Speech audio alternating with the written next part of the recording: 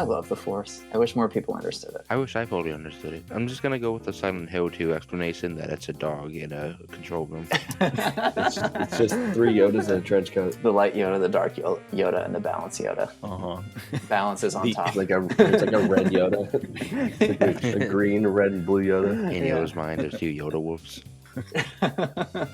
Hello there. You found the Lost Holocron, an ancient artifact of lore and legends from a galaxy far, far away. Each transmission of the Lost Holocron, you'll join an episodic discussion of media from a Star Wars universe. We will be your guides. He's been waiting 500 pages for the reveal of this chapter, Tim.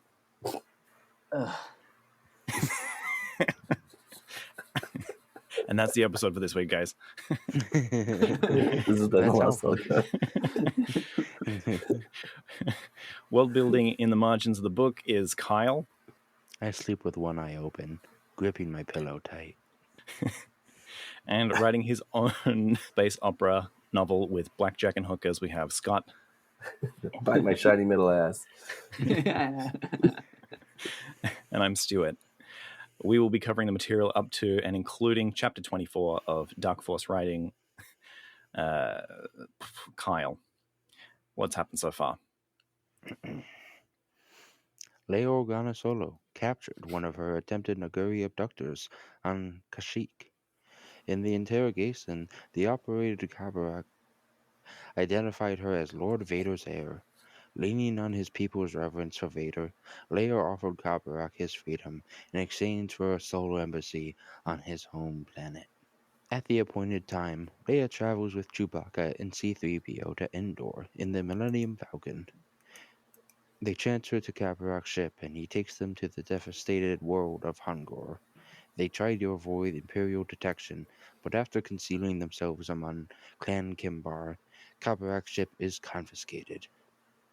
After analysis reveals Wookiee hair throughout the ship, Khabarakh is taken into Imperial custody for treason, and then left to the capital of Nystao for the traditional humiliation rites. The Imperial Grand Admiral, watching over the planet, mysteriously disappears, so Leia plans to break into Nystao and escape with Khabarakh. During her stay, the Kimbar Metrak shares the history of the Noghri people and how they came to be in service of the Empire after a calamitous space battle wreaks planet-wide ecological collapse. The Empire has been providing the technology for the Noghri to reclaim their arboreal land in exchange for their fealty. Chewbacca's estimation of the decontamination effort to place the disaster at the height of the Galactic Civil War, and Leia feels guilt at the untold collateral damage caused by the struggle against the Empire. Scott, what happened next? Oh my god. Yeah. I don't follow rules. I clearly don't read. No. I mean, if you really wanted Stuart's to go to Tim, plan blows up in his face. Tim, do you want to read it, Tim, or is it, I don't know why. I don't know why we're shove doing your it. laptop. Scott, sorry, Stuart. Can you shove your laptop in your face for me? Honestly, though, Scott's sick, so. Yeah, and this is pretty long. I was joking. Tim, go ahead. All right, let me stretch my vocal cords. And prepare myself emotionally. Mine are stretched beyond repair. Yeah. The brightest of Honoghr's moons is full, and Leia is more or less prepared to steal Khabarakh out of Nystao. Lost in thought, Leia is too busy to pay any mind to C-3PO's concerns over an unusually curious decon droid. Reflecting together on her family histories, the Matrak tells of when her first sons were conscripted by the Empire. Leia reels from the revelation that Khabarakh is not the Matrak's third-born son, but her great-grandson, meaning the calamity happened during the Clone Wars, and the Empire has been reaping the sons of Honoghr, turning them into death commandos for almost half a century! She is indignant at the injustice and is determined to bring it directly before the dynasts. She orders Chewbacca to test not the soil, but the clone grass itself. The Matrak leaves herself to send word ahead that the deliverance of the Noghri is at hand. They leave the village by speeder under the cover of night. Much of their journey is under cloud cover, but when the clouds break, even Chewbacca is surprised at the congregation that has followed them from each village they had passed to arrive at Nystao. They are met by a vanguard and brought to the Grand Duca to face the waiting dynasts. Speaking for the dynasts, Vorkor is defiant to allow an alien interfering with their politics. Leia calls her green-bladed lightsaber forth with the Force to demonstrate her authority as the Malariash to Lord Vader's authority. Having brought a spontaneous convocation of Noghri from the surrounding villages, Dynast Urkame steps forward, supported by a supermajority of dissenters, to hear Leia's proclamations. Leia holds up the analysis of the supposed clongrass to show that they are genetic forgeries created by the Empire to suppress other vegetation, and that the decontamination effort by the droids is merely a languid removal of an issue created by the Empire. It is then that she sees an overly curious decon droid peeking out from behind the Grand Duca. She decrees to the Noghri that if they can catch the droid, she will deliver definitive proof. In an admission of guilt, the droid tries to escape, but is no match for even the adolescent Noghri hunters. The droid is brought before Leia. She slices it open with her lightsaber to reveal the internals of an espionage droid in a tube of decon fluid. With a single drop on the plant, it dramatically shrivels up, demonstrating the true function of the decontamination droids. Vindicated, the Dynasts agree to a cover story of Clan Kimbar conspiring to free Khabarakh and their escape from Honoghr. Leia frees Khabarakh and promises to return with more herbicide for the imitation clongrass. To save precious time before the window to sow the season's crops closes, Leia decides to return straight for Coruscant, intending to leave the Falcon in orbit around Endor. Han is not going to be happy. No. So, Tim, you have kicked up quite a stink about this green lightsaber. What's going on here? This has been the Lost Holocron. You can find transcripts, links, discussions, and more. What discussion, Tim? I don't feel like it's right, but it's fine. I know. I feel like Timothy Zahn had one job, and he just failed miserably. I mean, what's wrong with green? Come on. It just doesn't fit. It's not right for Leia. It doesn't feel right for Leia. This whole time, I thought it was blue. Yeah, blue feels right. Yeah, I don't know why the reveal came this late. Yeah, that too. Because she's used it, even in the last book, she used it a few times. And I thought, this whole time, we knew it was blue, but apparently we didn't. And how invested were people in lightsabers back when this was released? Like, I mean, clearly there is a very alive and thriving lightsaber community nowadays that I zone out of every time you guys start talking about. But did people give two shits about what color the lightsaber was when this book was being released? Wasn't this like the start of the extended universe, like when it really started to pick up? I think this was like the revival, or maybe not the revival, but like breakout, the acceleration of it, I guess. Yeah. There was a lot of media before this, but this is considered like the beginning of the golden era. Yeah. So was it just that people didn't care what color the lightsaber was? It wasn't a big reveal for them at the time because, who cares? Yeah, but I think even in like Return of the Jedi, when people saw Luke's green lightsaber, they were probably pretty surprised. Yeah. I mean, I'm assuming so. We had 2 movies worth of blue for good guys and red for bad guys. And then in Return of the Jedi, it was supposed to be blue, but during the Tatooine scenes, the blue didn't show up very well against the blue sky. Right. That's why they changed it to green.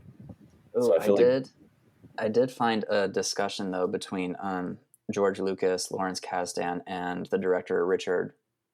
Is it Richard Marquand? I think it's Richard Marquand.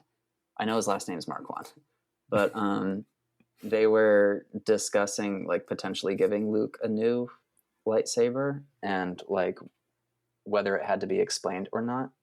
Mm-hmm. And one of them was just like, it could be as simple as just like a line about him building a new one. And then one of them suggested maybe it should be a different color. So it was something they had thought about, but then committed to once that technical challenge came into play. Mm-hmm. What I'm feeling about this is that, maybe blue suits Leia better than green, but Luke did make this for her. Maybe only has access to green crystals for whatever reason, which is why his crystal is green.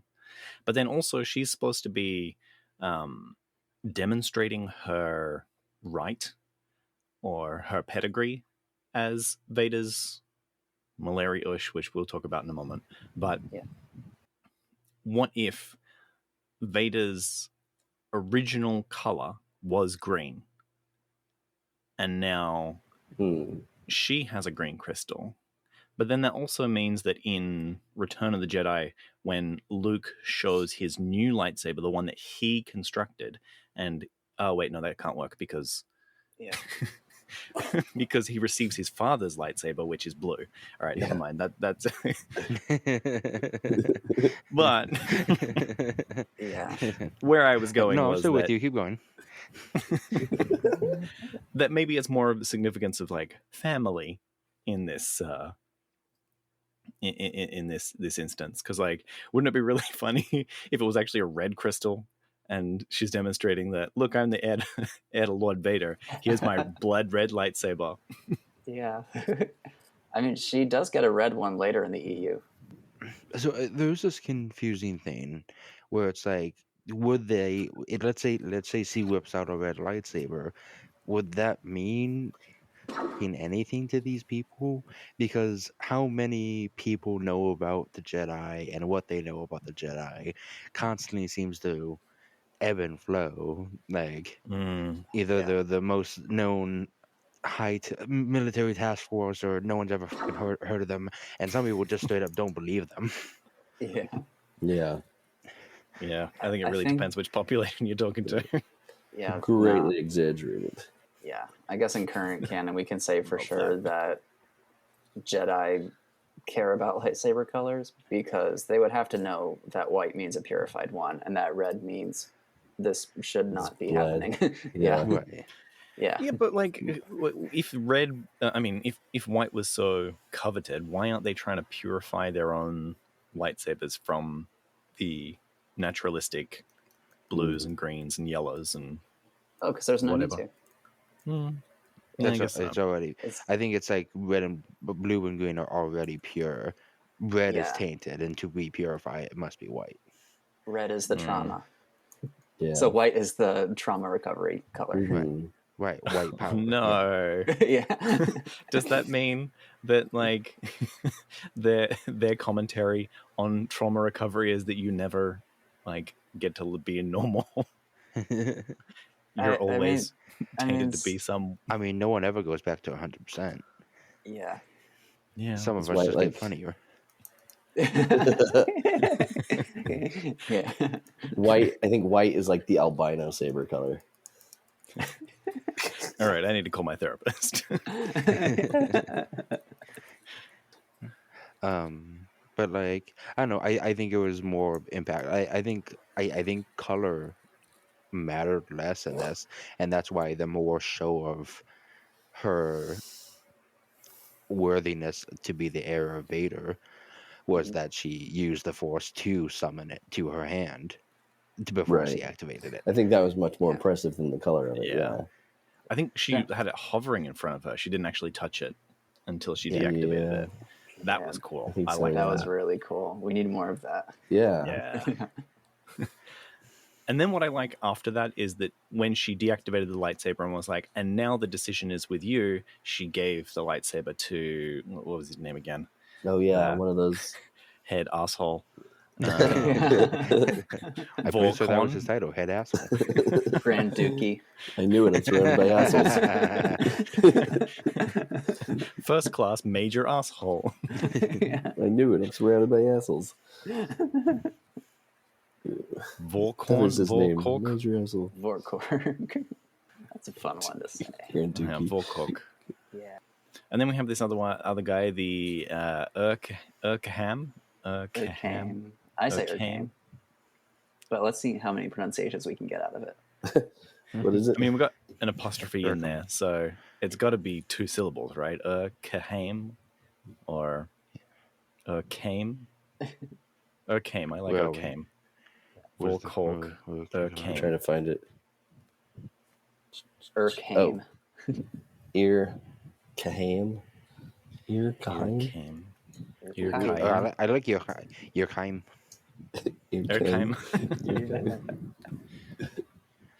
But it's also got to sound gravelly, like a cat. Oh, sure. You're kind.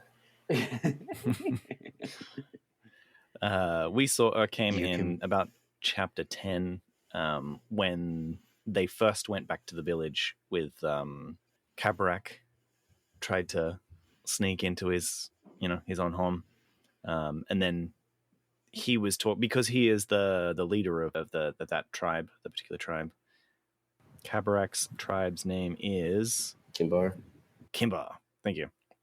So he is the dynast of Kimbar, and so we were introduced earlier when Thrawn was it Peleon was like, oh, this reminds me of the long and bloody history of the people of Honoghr. So we had our first kind of inkling that Erkheim wasn't that into what was going on, so it kind of makes sense that he's the one that is vocal about saying, like, well, maybe we do want to hear both sides of this. But how much do you think that the dynasts were in on the operation that was going on, or the kind of relationship that they had with the Empire? Oh. I didn't think any. I definitely think it's been an interesting policy. The fact that this has been going on since the Clone Wars, I definitely wonder what was their use before attempted kidnapping missions, because they do have a reputation to them. I mean, probably a lot of political assassinations to shore up the Emperor's. He dissolved a democratic republic and became an autocratic empire, and so there would have been people that are like, yeah, I don't really agree with this, that he is going to quietly dispose of. And to have some unknown aliens kind of like puts a bit of a barrier between his culpability to that. Yeah. That Palpatine. Smart guy. Yeah, I guess the Clone Wars was still happening.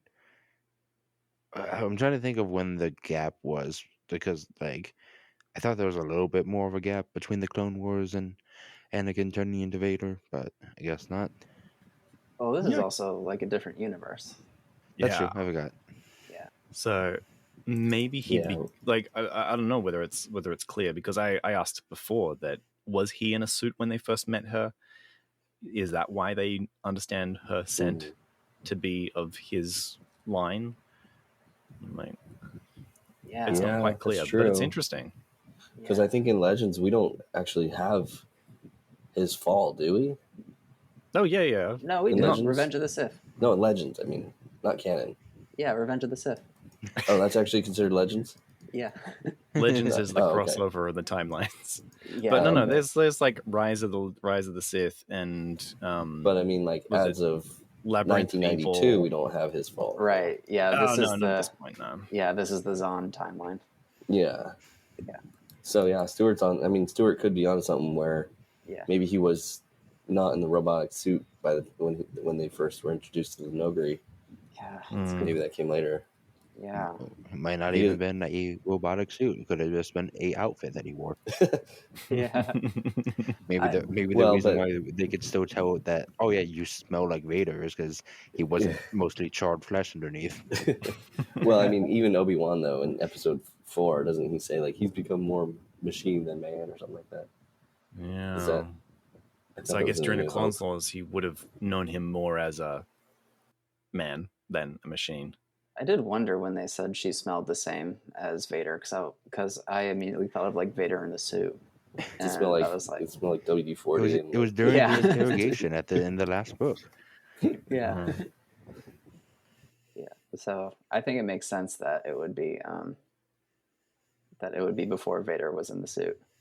Yeah. And that he did this more as Anakin. Yeah. Yeah. Scientific hypothesis: do you smell different after you get burned in lava? Only one way to find out, guys. Yeah. I mean, it's interesting that they still know him as Vader. He has declared himself as Lord Vader, even in the Clone Wars. So Maybe he declared it later. Did he? Because they would have their homosexuality? loyalty to the Empire from this. Mm, Maybe Vader recruited them to the Empire. yeah. Yeah, maybe in the story it wasn't immediately clear because there was the ecological disaster and then Vader came to them afterwards knowing that they had some plight. And so possibly the Clone Wars had finished or there was some sort of wrap up there that mean that he had become Vader or had become the Emperor's apprentice before, not mid Clone Wars, but in the Twilight, and then coming to the Noghri people to say, I can help you guys. All I ask is for, 4 or 5 generations of suicide bombers. Yeah. Generation after generation of his own men. Of their own men. Of their own men. Yeah. I wonder because when did the handover happen between Thrawn and Vader? Because is Thrawn more of the wave after wave, or has that always been the Empire's MO with Noghri? I think that's always been. I think they've always been expendables. Yeah, they seem extremely expendable to the Empire. I think it's always been. Well, we don't want to use any of our people. Send in the drones. Yep. Speaking of drones, I fucking love the everybody turning to look at the reconnaissance droid and then just going to chase it down. Yeah. I want a chapter from that point of view of it watching them and then the slow turn to look at it. You get a Metal Gear Solid exclamation point above its head.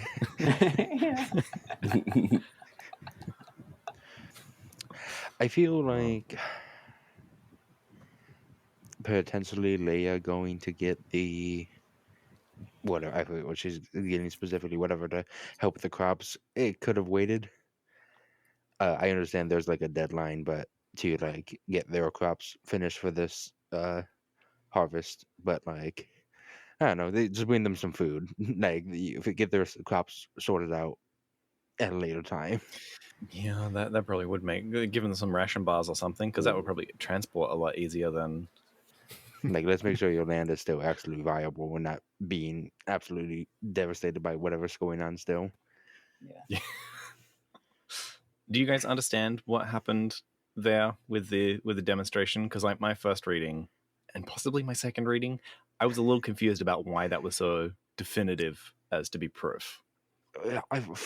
From what I'm understanding, it's like they didn't even make, there just happened to be a similar plant that looks and acts and smells like the plant that they rely on so heavily, but reacts differently to a certain thing or something. I didn't fully understand it either. Well, I thought it was genetically modified to do that.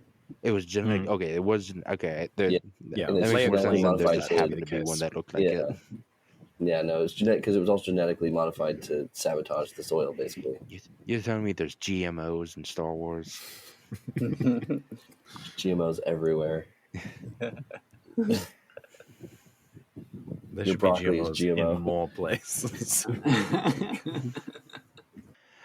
I didn't fully understand it either, but definitely enough to have them realize that they've been screwed over. I do like the approach that they're like, well, no, we can't just start thrashing around now because we have people on ships all across the fucking galaxy right now that will be shot on sight if they even think we're going to turn against them.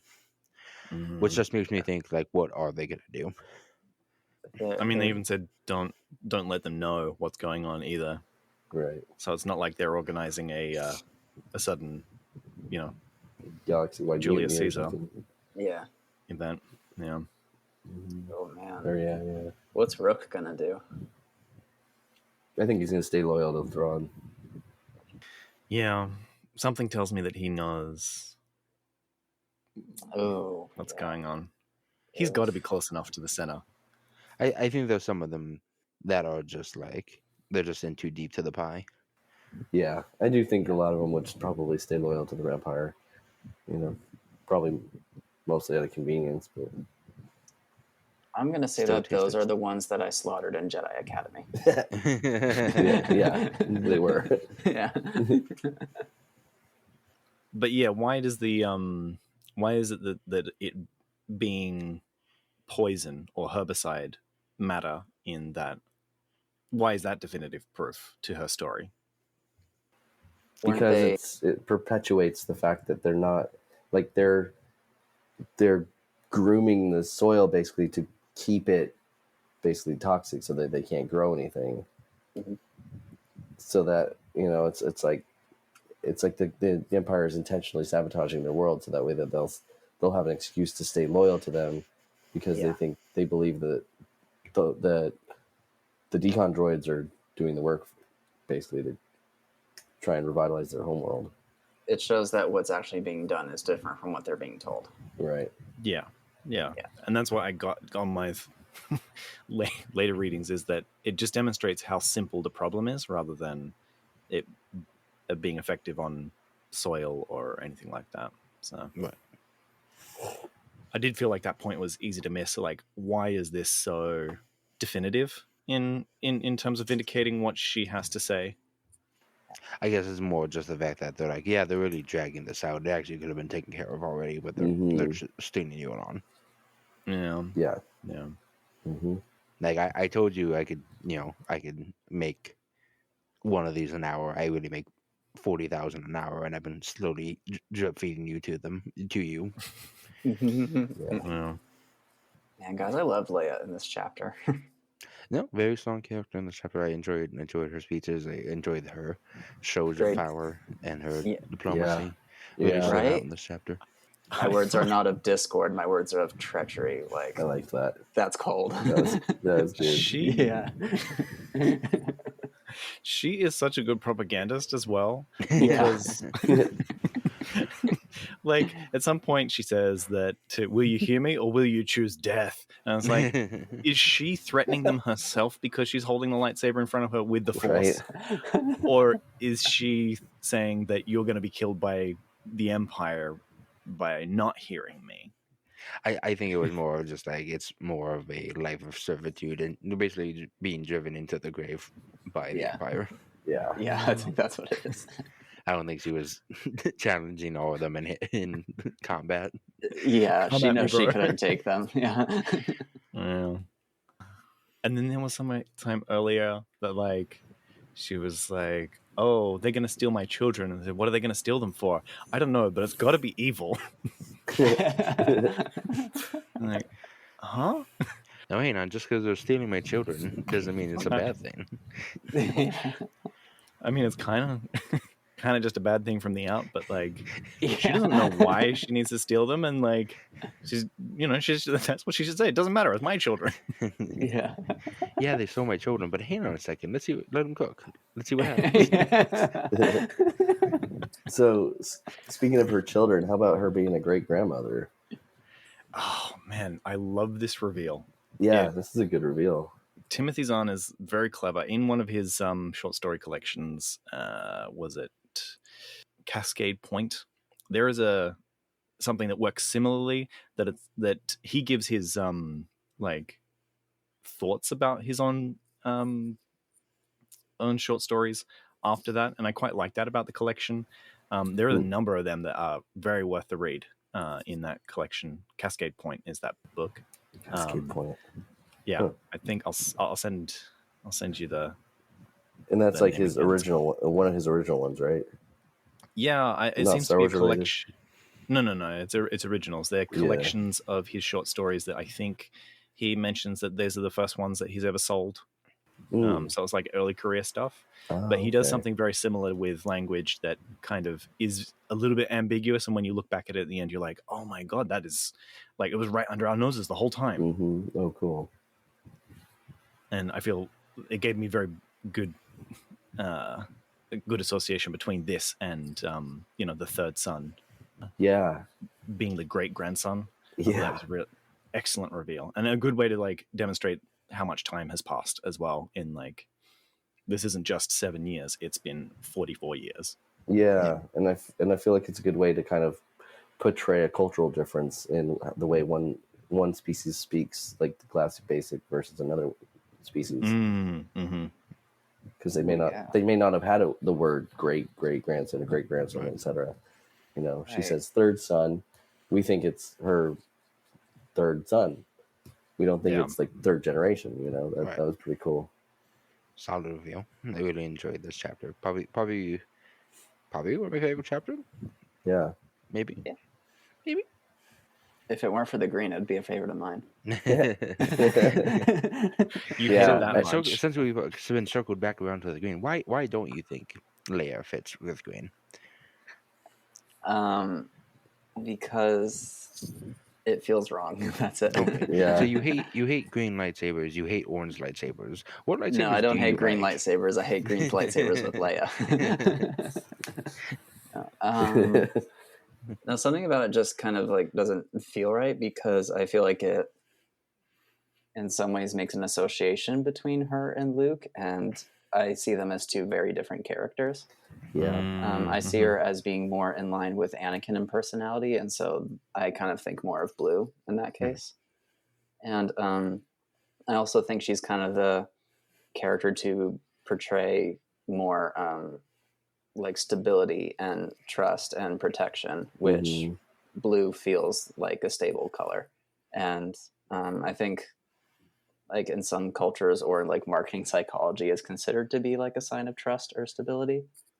So that's just why it feels right. Whereas green is like really vibrant and feels like a little unstable. Yeah. Which is why I think it's good for Luke. Yeah. Flashy. Yeah. I know when I read that her saber was green, I was like, wait a minute, what? This whole time I thought it was blue. Because I remember her having a blue lightsaber and I thought this was it. And then I've also seen like Tim, so the prop that we're kind of familiar with as being like her original lightsaber, was that just created by fans, or was that like actually like a canon? Do you know? I don't know, because it's possible. Oh, what was that guy that did the Parks? It's possible it was a Parks creation. You think so, huh? Yeah, he created Mara Jades, and that became canon. Oh, really? Parks? Yeah. Is this the Leia lightsaber that's purple? See, I thought that. I thought her original. Well, the prop that we're talking about, I thought it was. It's the one I thought it was purple. It's the one that's really thin in the middle. Yeah, it's kind of hourglass shaped in a way with a longer middle section. Yeah. We'll have to link it somewhere on our site. Yeah. And just as a reminder, guys, because I got burned by this hardly, don't look up Leia's lightsaber. It will absolutely ruin this series for us. All right, I'm going to get off the page now. But there is no information. But I looked behind the scenes, and oddly enough, it looked like a fan photo was taken. So I know. Yeah. The original one that I saw, I think, was sold by Saberforge, and I think I just assumed that was like her lightsaber from the lore at the time. It's a pretty neat design, honestly. Yeah, it's not too bad. You know, and that's what I'm picturing her using in this book, just because that's the original one that I remember her having. But I don't think she ever had purple. No, but isn't that the thing? Somebody redid the or like edited over a lot of the Rise of Skywalker stuff so that Leia's lightsaber would be purple rather than just a generic blue. Right. Because I thought that's what the fandom. It's what Carrie Fisher said she wanted it to be in an interview. Oh, really? Okay. But Carrie Fisher's not Leia. Yeah. And knowing how she tends to carry herself in interviews, I think she would absolutely be speaking for herself. Yeah. She would be like, no, I want a purple lightsaber. Yeah. Just like I like all just like Samuel Jackson. Yeah, exactly. I like there's a ton of memes about that that interaction that he has with George Lucas, because I've seen the interview. That there's a ton of memes, like different formats of the same thing, of like convince him to have a purple lightsaber. And it's like, there's no purple lightsaber. Yeah. there might be a purple lightsaber. Yeah. I'll talk to the prop There might be. department. I love the little like smile he does, and like the camera zooms in on his face after.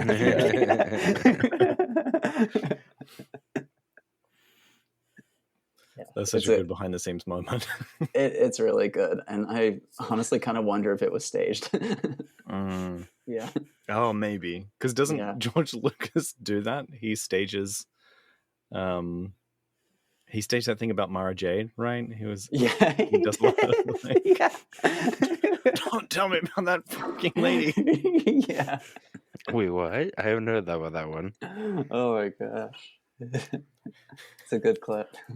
It will be in the show notes. Watch it later. Yeah. But yeah, basically somebody he's in a board meeting and they're talking about what's going to happen for episodes 7, 8, and 9, right? Mm-hmm. And George Lucas is 7, 8, and 9. And they're talking about, well, we know about they just mentioned that Luke's wife is Mara Jade, and he just chucks a fit. So angry about it. It's great. Yeah, George seems very self-aware. Yeah. Have you guys heard about like George Lucas's mystical power to randomly show up in other media? Yes.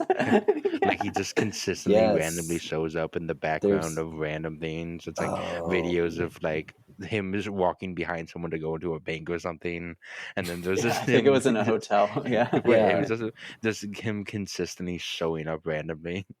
Yeah. That is really funny. It is funny. What was that thing he was walking in the hotel? Was that a like a newscast or something, or was it? It was a documentary. Documentary, yeah. Okay. Yeah.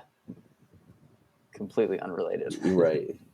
It's like, oh, we got George Lucas. And he even like gives a look at the camera. He's like, right. Yeah. I'm positive he does it on purpose. Like, there's no way that he doesn't. Yeah, He's like that guy who would like. It was like a dude on British news broadcast who would show up with like a bag. It was the same bag every time, and he would just show up on camera and gently like nudge his way on screen.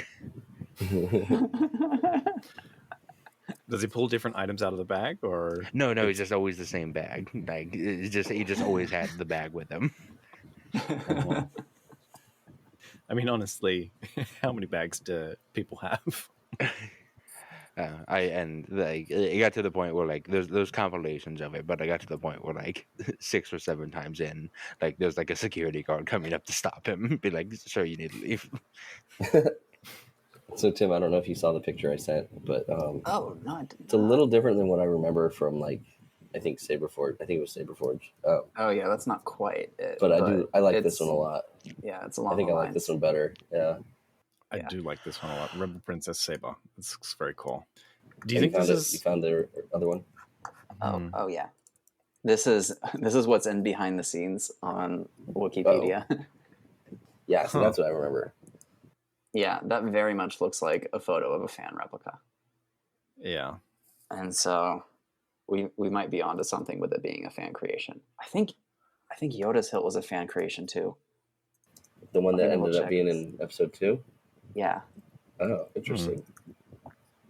I like this other one, this 3D model one.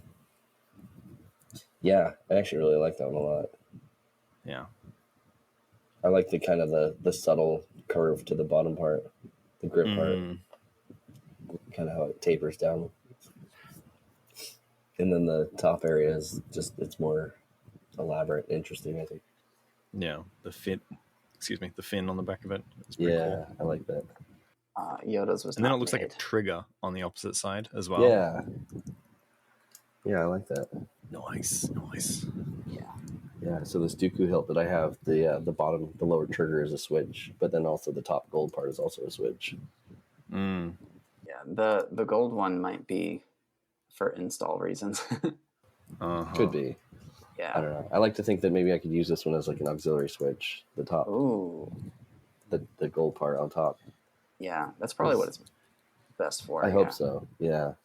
Should we bring out the prop books? The Provox.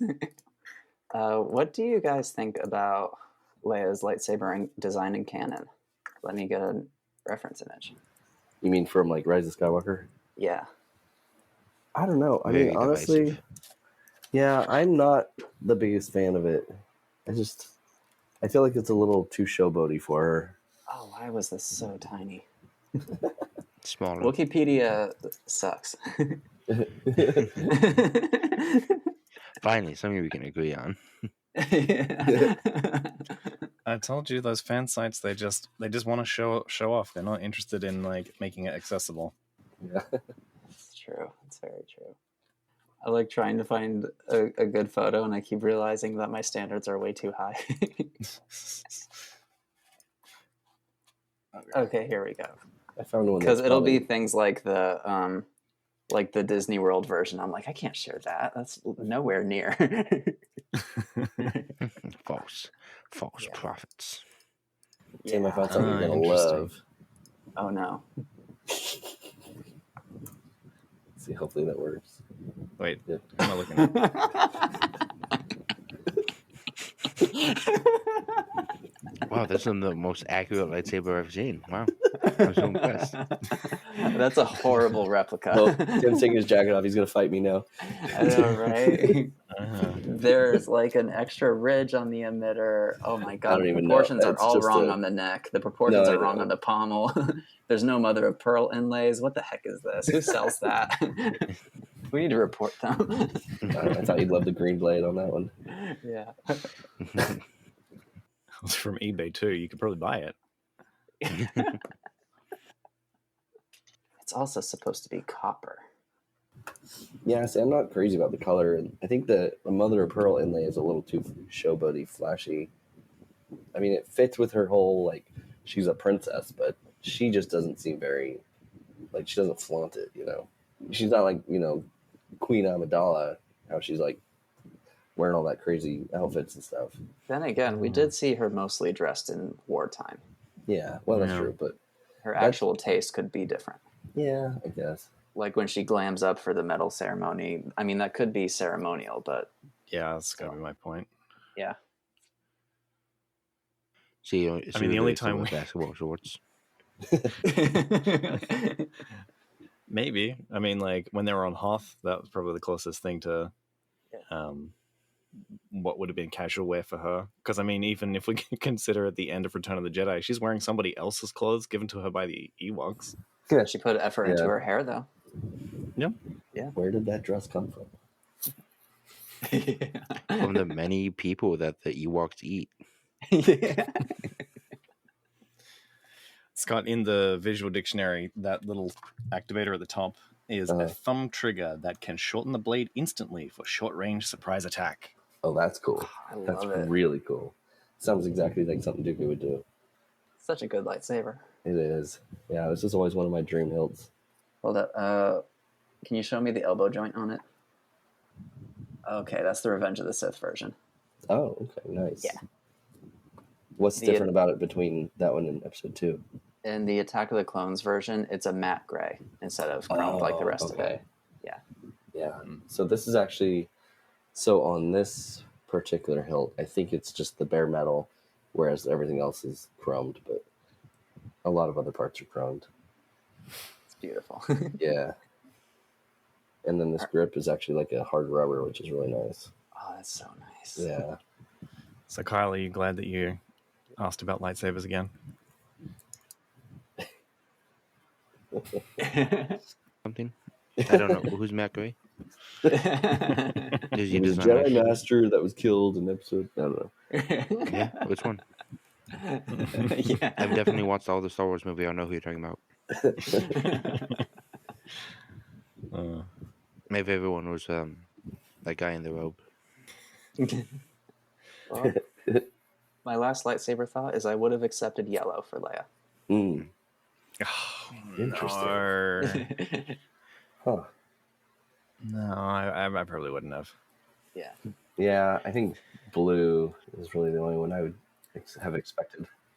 What if they really went out of nowhere? It's like this one is it's like purple. It's like purple with a yellow stripe down the middle. Yeah. Yeah. This one looks like a candy cane, and it smells like peppermint. Yeah. It's just a black light blade. You know, The original Darksaber. Yeah, they can have like, raves and shit with it. I feel like we kind of land on blue for Leia by ruling out every other color. Yeah. Yeah. Yeah. I kind of like what you said, though, Tim, about how blue is a very stable color. Leia seems like she's very... I'm trying to think of the English word. I guess stable is the best word for in her beliefs. That, like you said, Luke is a bit more green in that he is adaptive to situations and flexible in his like moral compass, I guess. Yeah. Yeah. Whereas Leia is pretty much decided and, does have a very strong sense of moral justice. And Yeah.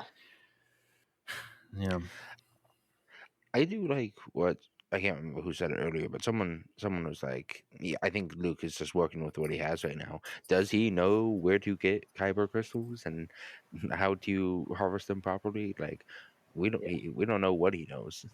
Kyber crystals don't even exist yet. Yeah. Right. In Timothy's, in 92 they didn't exist, but We have a kyber crystal, but not kyber crystals. Yeah, that's right. Who is this Kyle Burr? Is he also in the background of the movies? Possibly. He's the guy who carries the ice cream maker. Honestly, though, when it comes down to it, the only consistent reasoning I can confirm for non-Sith lightsaber colors is what looks best with the character's outfit. And just overall design. So if Leia is wearing an outfit that works really well in green, then sure, I'll accept it. Does her lightsaber show the contrast with the barren wasteland that is around her right now?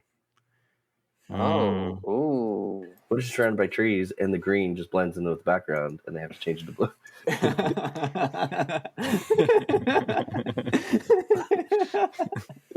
They're kind of lightsabers are kind of reverse chameleon. They pick whatever color stands out the most. Honestly, though, Kyle, I like that reasoning actually, because I have been picturing this planet as having somewhat reddish, barren color to it. Oh, you're thinking more like Mars?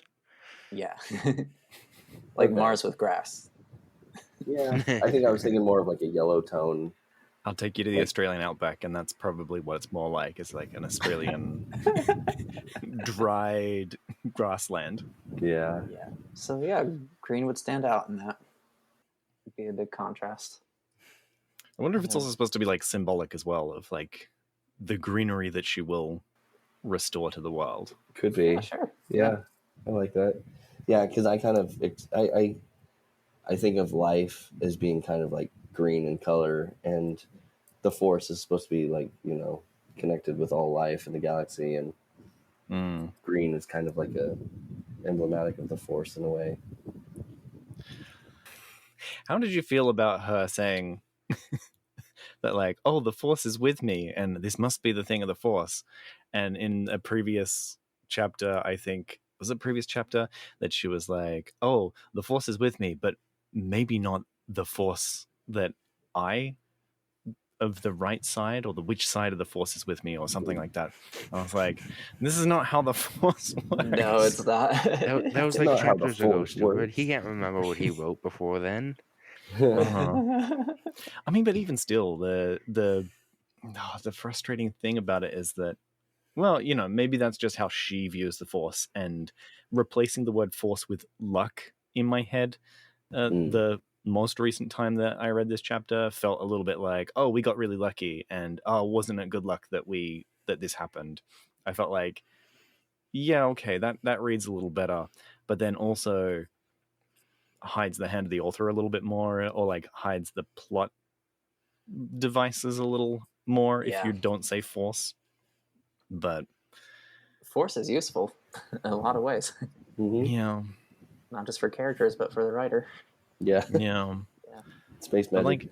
like, even so team, I shared that video recently of like Yes. what were the Jedi before anything else, just in the movies, and it seems that like, you know, what I really liked about that was that Jedi are just supposed to be very enlightened people.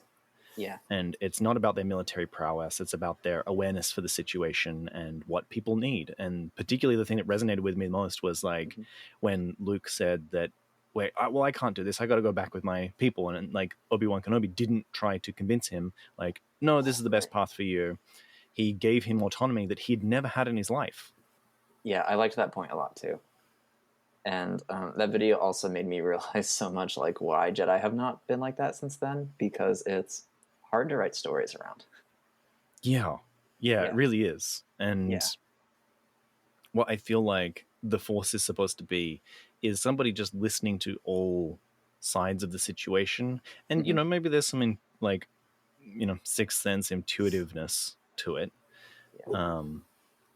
You know, it's really somebody taking into account as much detail as they can and trying to ride the situation in the right way. In mindfulness thinking, there's like two different minds that people will tend to lean to when approaching decisions. There's like the rational mind, which is, you know, logic, reason, all that. And there's the emotional mind, which is based on how you feel. And the goal of mindfulness is to approach with something called wise mind, which combines the two. So you're aware of taking people's emotions into account. You're also thinking rationally. And you're not just approaching a situation from like what most logically makes sense. You're also approaching it from what most diplomatically makes sense.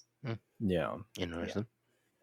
And that's where I feel like the Force is supposed to come from, is like a consideration of things holistically rather than like God's whispering in my ear that fate is going to pull these strings.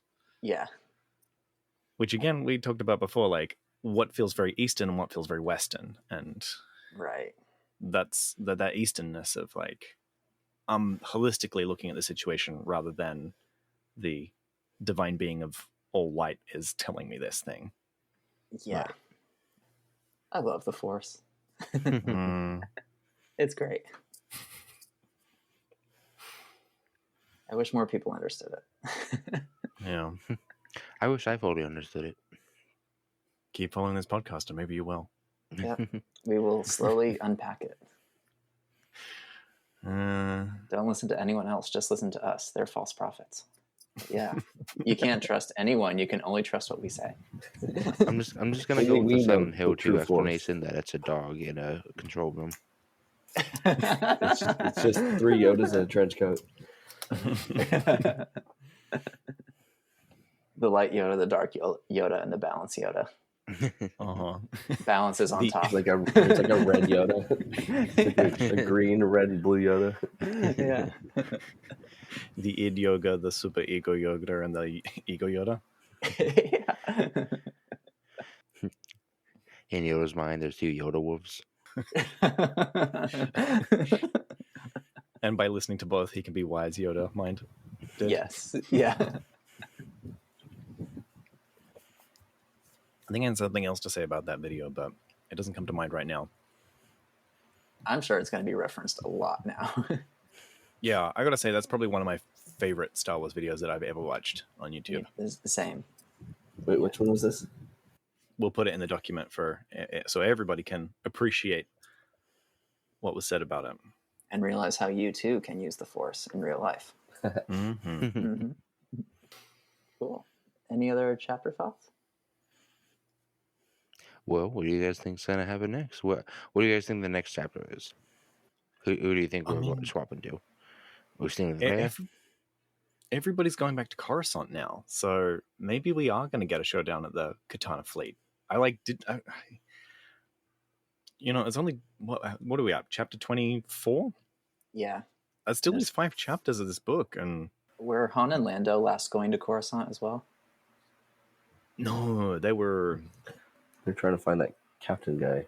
Yeah, the last person going to Coruscant was R2-D2. Right. Yeah, R2D2, Oh, yeah. and then Mara Jade with Luke and Card. Card, Yeah. and now we've got Leia, Chewie, C-3PO. Chewie, C-3PO. Yeah. So the only people that aren't going to Coruscant at the moment are them people being tailed by the farrier.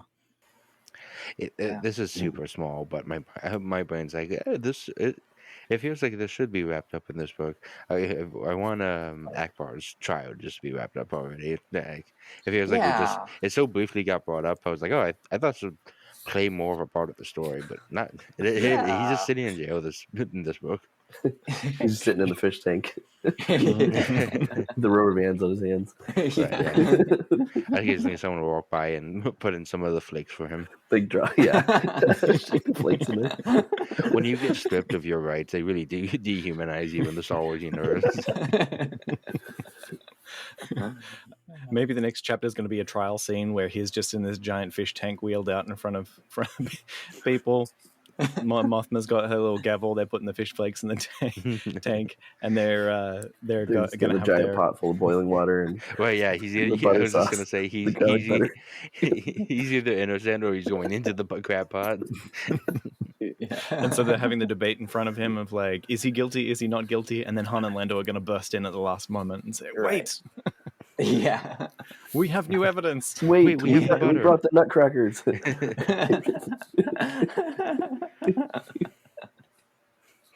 The trial really stops about being whether he's innocent or guilty, but about how he should be cooked and who gets to eat the most of him.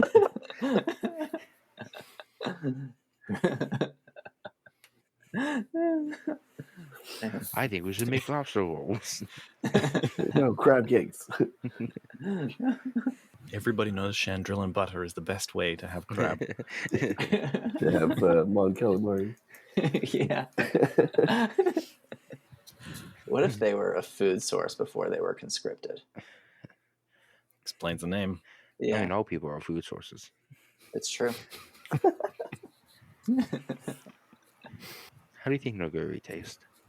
Probably pretty chewy and bland. What about Chewie? That's Han's friend, right? All right, guys, that's rule 3. Is I'm out. Goodbye. Wait, rule 3. That's like a thing for the Sith, right?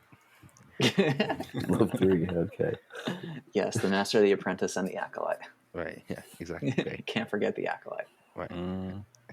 Unless you're Star Wars, they've forgotten about it. Yeah. Yeah.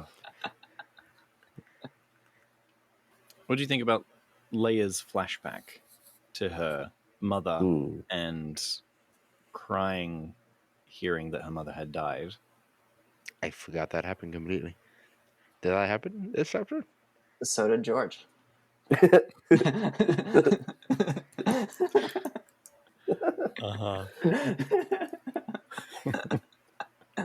I enjoyed it though because it's nice leaning into a timeline that considered that. Yeah. Yeah, like it's not something that bothers me. I just think it's funny how that turned out in Revenge of the Sith. Yeah. I mean, if you do want to protract yourself to say, how could this ever happen? Just it's Force shenanigans. The Force gave her visions of her mother. That's true. Or, even it could have been something done by Bail to protect her as a kid, to obfuscate who she really is, and said, like, this woman is your mother, you're now with us now, or or your mother just died 10 years late. Maybe Leia was like Paul Atreides' sister in Dune. See, the Force is made up of all energy, and what are memories rather than energy bouncing around in the brain? So when Leia's mother died, the memories went out into the Force, and the Force can give it to whoever they want, whenever it wants. Luke was too stupid to get it. Right. And then some people can, and since the Force, since time is a concept, and it's a construct by man, that's why some people can use the Force to see the futures, because it contains all energy that ever will and ever was. Mm-hmm. There we go. Right. Thank you for coming to my TED Talk. Who's Ted? The cozy TED Talk. Yeah, we have solved Star Wars. Right. No more. Can someone contact Disney? Yeah. We did it. I'll be in my trailer. No, I mean, I honestly can't. I did not remember a flashback happened in this chapter. When did that happen? Oh, that was the other point. She was looking at the family history of the in the carvings, the relief carvings in the Duca. Right. Okay, I'm with you now. I'm back. And so she was like, "Oh man, I wonder what their childhood is going to be like if they're going to be taken from me." And then she was like, "Do you think the Noghri are people that turn a blind eye to horrors in their history? No, I think they look at them very, very honestly. But several chapters ago, the matriarch said that if you don't do something honorable, we won't record it." So the Noghri definitely seem like people that will ignore whatever happened in history if it wasn't deemed honorable. If it wasn't sick enough. Boy, doesn't that sound familiar? Mm-hmm. And this is why honor societies... Mm-hmm. Say it. Say it. No, I don't know how to finish that sentence. Something, honor society is bad. Mm-hmm. Something about honor societies, question mark, profit. Something complete. This chapter just feels like so rich with stuff, but yeah, because I also want to ask about like the Duca, not the old Duca, the new Duca as well. What did you guys think of that thing that was made of all metal and stone rather than wood? Oh yeah, I didn't like it. Felt wrong.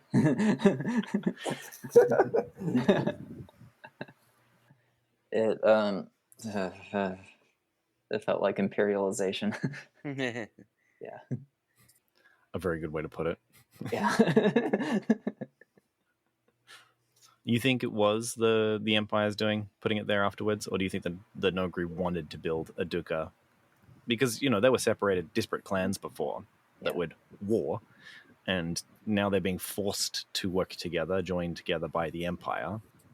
I do think they did want to build it, but the fact that it's made of Imperial materials, especially when they're the ones that are like slaving them this whole time, like it feels wrong. No. Like it feels like a dishonest or hollow monument. Yeah. Which, remember when we went to Kashyyyk in the last book? Mm-hmm. And Leia was like, "Oh, maybe I don't want to consider where these materials came from for the landing platform." Yeah. It's like that. The mark of the Empire. Except it's still happening. Yeah. Oh man, I didn't consider that. Interesting that where they're going, we're seeing these different things. Yeah. And the other connection that I thought towards the Wookiee chapter last time is that they just blasted down somebody's door, remember? Oh yeah. Yeah. He's over there, get him. And he just smashes open the door with a bowcaster. Yeah. And then in this chapter, when Leia's getting all mad and she's like, "Chewie, get in here!" And the first thing he does is that he points his bowcaster at the old lady.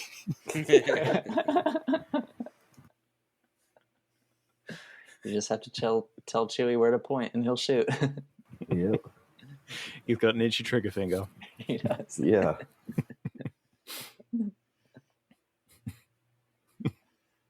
Do you think he feels underappreciated? Yeah. Oh, his bowcaster's got blue balls at this point. I need to read like some lore on the bowcasters because it seems fascinating. Next time on the Lost Holocron. Yeah, do you want to go to Wikipedia after we slagged it off just an hour ago? Look, I will go to Wikipedia as long as I don't have to look up Leia's lightsaber. I'll be happy. I will look at random weaponry. Knowing the editors of Wikipedia, it's probably going to say Chewie's bowcaster, known for its distinctive blasting in people's doors in the Empire and being pointed at old ladies in Dark Force Rising. Yeah. known for killing these specific people in this book, and this book. Was incidentally involved in how Luke killed Thrawn at the end of The Last Command. Oh, no. Like, what? That's not even related. It wasn't even in the scene. I just want to know how it works. How much ammunition does it hold? What fuels it? What are the point of the wings? What do the wings do? Yeah. Mm-hmm. Is it a remnant of a bygone area? So,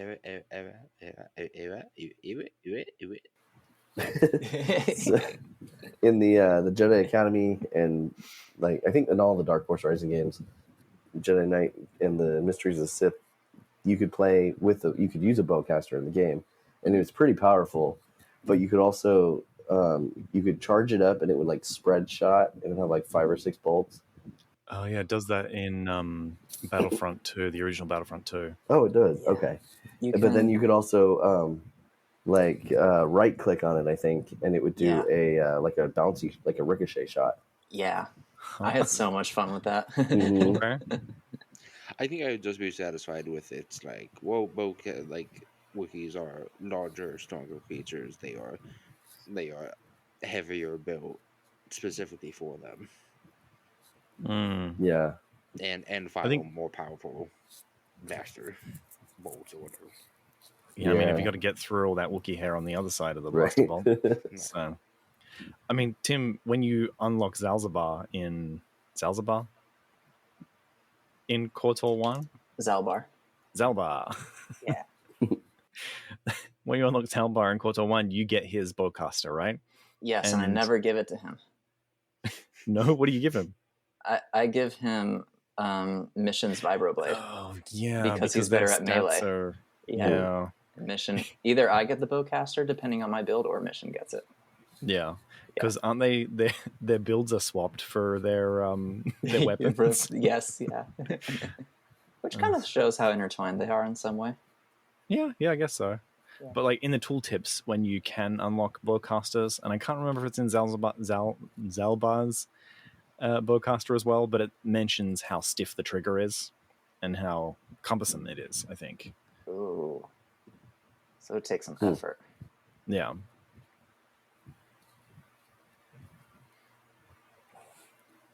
Maybe regular blasters are a little harder for Wookiees to use. Maybe they all feel like too flimsy or hair triggers or something. Too many accidental discharges. It's like me if I hold a toy gun now. Yeah. I guess I always assumed that the bowcaster was a Wookiee creation, but maybe that's not true. I mean, it could be. I don't see why not. I thought it's ceremonial from Wookiee's older weapons. Right, yeah. It could be kind of a throwback to their old crossbows that they may have had. Like, as I was saying, remnants of the bygone. Yeah, that's what I was thinking. What if they're like those keyboard purists that want the clacky keys? That's why they built the bowcaster, so they got that clacky. Right. They want that tactile feedback when they pull the trigger. Right, yeah. Mm-hmm. But yeah, it could be a throwback to their old primitive technologies. Ceremonial. I mean, yeah, the Wookiees still are an honor society, so it would make sense that they still have outdated weapons and stuff because that's what's honorable. Mm-hmm. Yeah, maybe. They must have a certain amount of like ritualism imbued in their weapons. I would agree. Let's retcon the green. ASAP. Give me my candy cane lightsaber. Yes. What about a teal lightsaber, Tim? How would you feel about a teal lightsaber color? It feels a little frou-frou, but sure. How do you feel about emerald? That's another green. How do you feel about vermilion?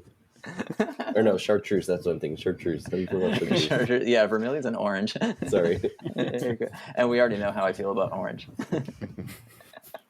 Chartreuse is pretty nice. Have we seen a chartreuse lightsaber yet? Ahsoka's Shoto, but it was retcon to normal green. Right. How do you feel about seafoam green? or avocado green? How do you feel about CeeLo green? No, it's broccoli. How do you feel about the green of our logo?